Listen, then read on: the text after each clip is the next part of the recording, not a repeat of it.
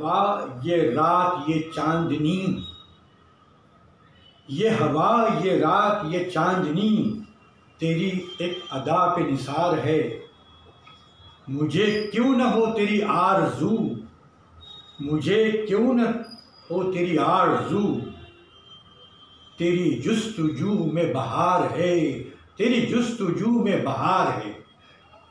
आज हम शहंशाह जज्बात, the very veteran, the very great, the very Kohinoor, the very Mughal Azam of Indian cinema, Dilip Kumar साहब की 98वीं सालगिरह पर मुबारकबाद पेश कर रहे हैं।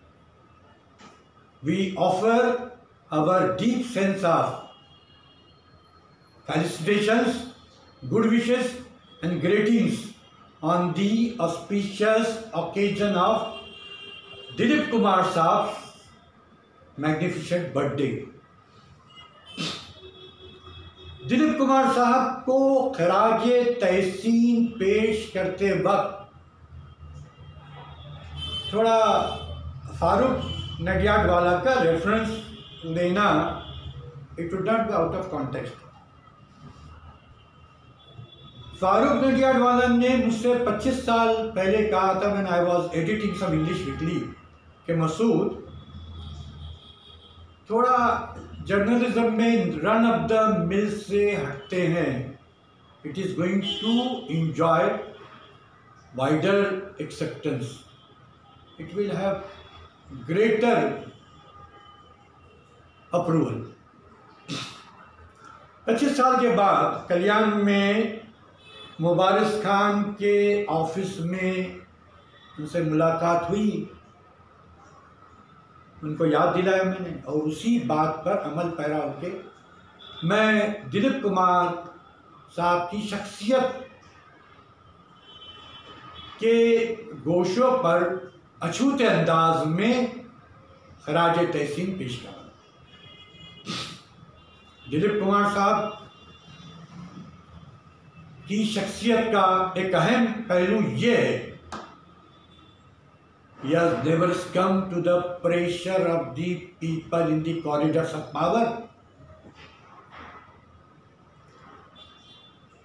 वो अरबाब इक़्तिदार के सामने झुके नहीं।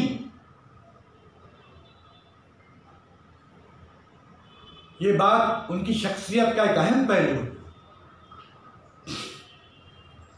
He had the prowess, he has the prowess, guts, courage, and is quite emboldened to call it spade a spade.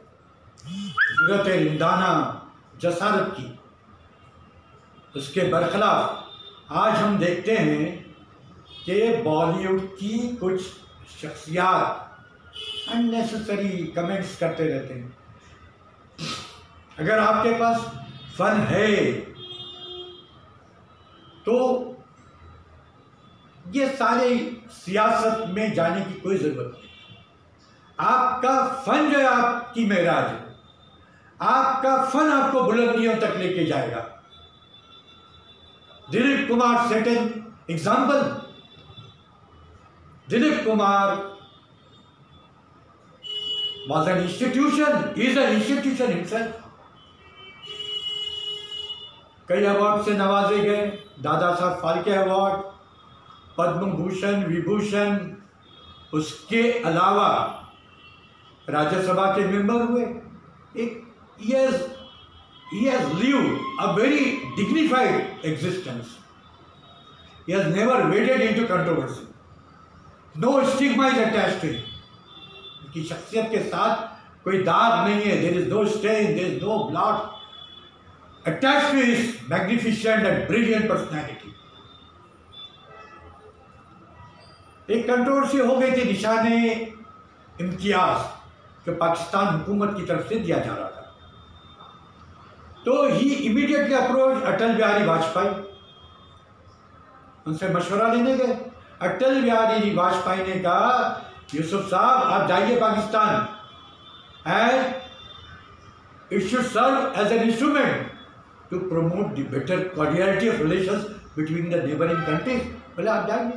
और फन जुग्राफियाई हुदूद में मुक़य्यद नहीं हो सकता है।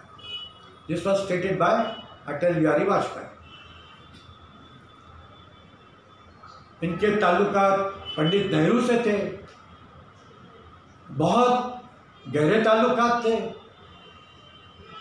पंडित नेहरू ने उन्हें फ़ोन करके कहा था आप कृष्णा मेनन का थोड़ा कैंपेन कीजिए।